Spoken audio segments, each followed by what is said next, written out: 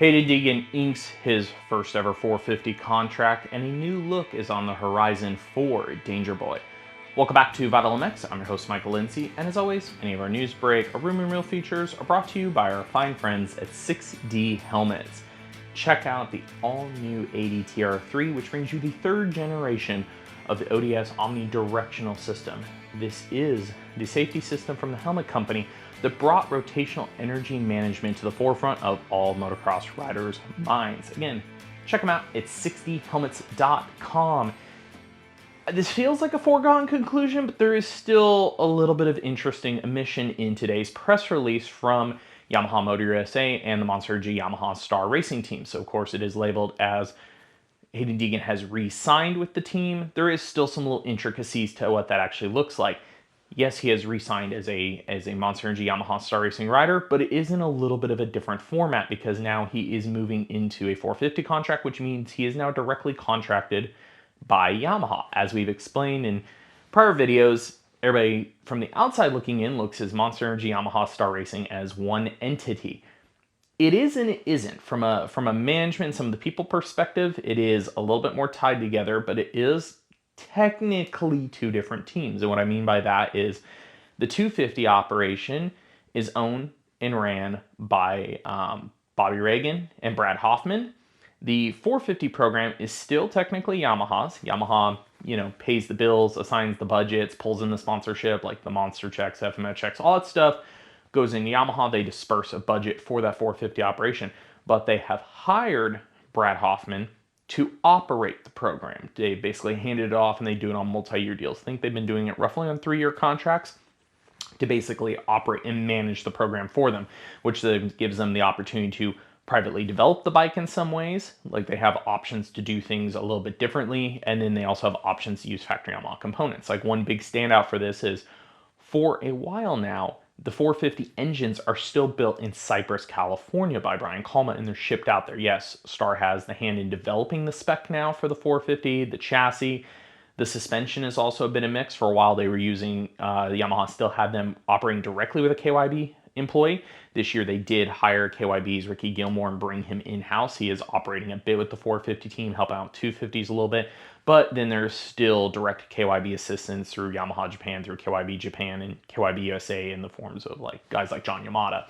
So bit of a mixed thing there. So in this instance, Haiden Deegan has now signed a contract with Yamaha to move to 450 SMX.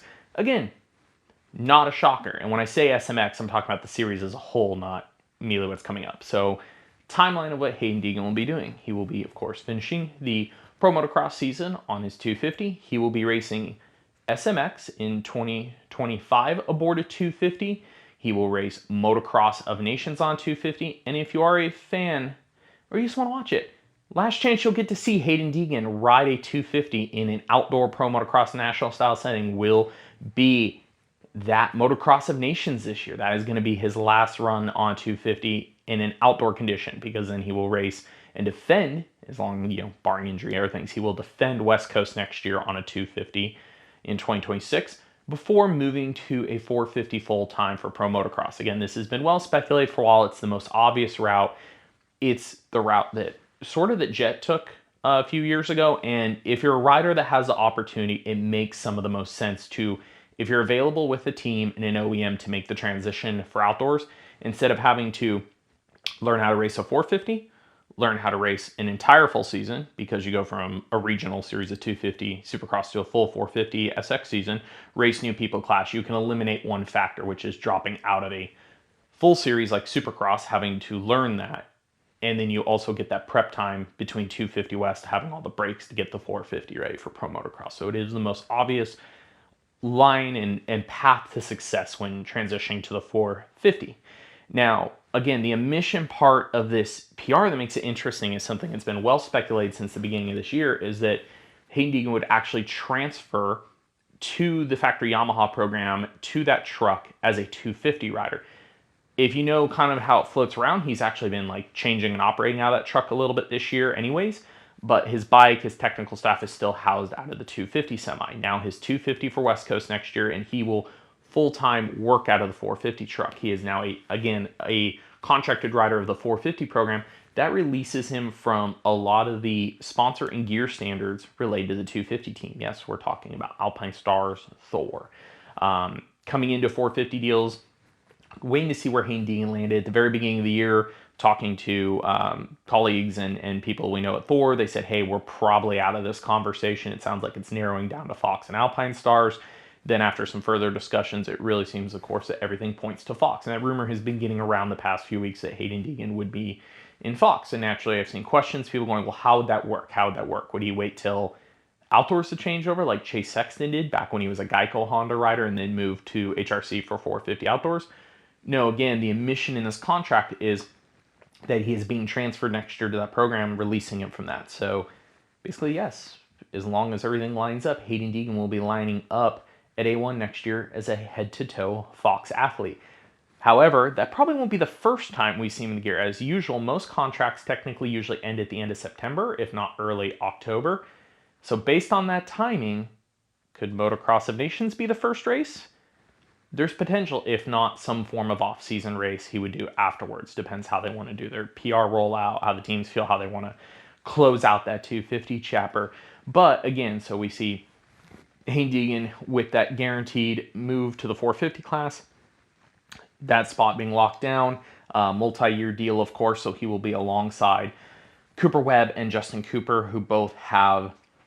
Justin Cooper has a new deal at Star, and then you have somebody like Webb, who is, I believe, coming to the end of a contract, but has out next year, but has options built in the contracts and way re-upping. Last time we asked his management about 2 months ago, they were in the process of figuring out his re-up extension on his option, how they were going to work all that out. So at least for the foreseeable future, the next year or two, that's kind of their three-man squad. However, of course, there still is Christian Craig on a Supercross-only deal who rides a 450, but he's technically contracted to the 250 team. Super weird how that one works out. This makes it interesting, though, for the Star Racing 250 squad that has riders like Cole Davies, Pierce Brown, Nate Thrasher, probably Michael Moseman staying now, and Max Anstey under contract. But then technically Deegan moves to the 450 operation, to the factory Yamaha operation, is no longer tied to the sponsors and stuff of the 250 team. So while on one hand you'll show up at the race and go, oh, Star has this amount of 250 riders, Haiden is not included in that 250 math equation. So it will be interesting as well as if Star decides to pick up one more person for the actual 250 side of the operation. The other thing also is when, yes, somebody like Haiden and Jet are generational talents and have that power and pull, it is interesting to see if down the road more top-level 250 riders that might have that level of say can pull off contracts and deals in a similar nature to this. Let's hear your thoughts in the comment section down below. If you like all of our breaking news, kind of our explanations, our deep dive of what is going on in the sport, please consider liking and subscribing, and also check out our full website at valmx.com. Tons of written content, forum, product reviews, all kinds of great stuff there. And as always, thanks for watching.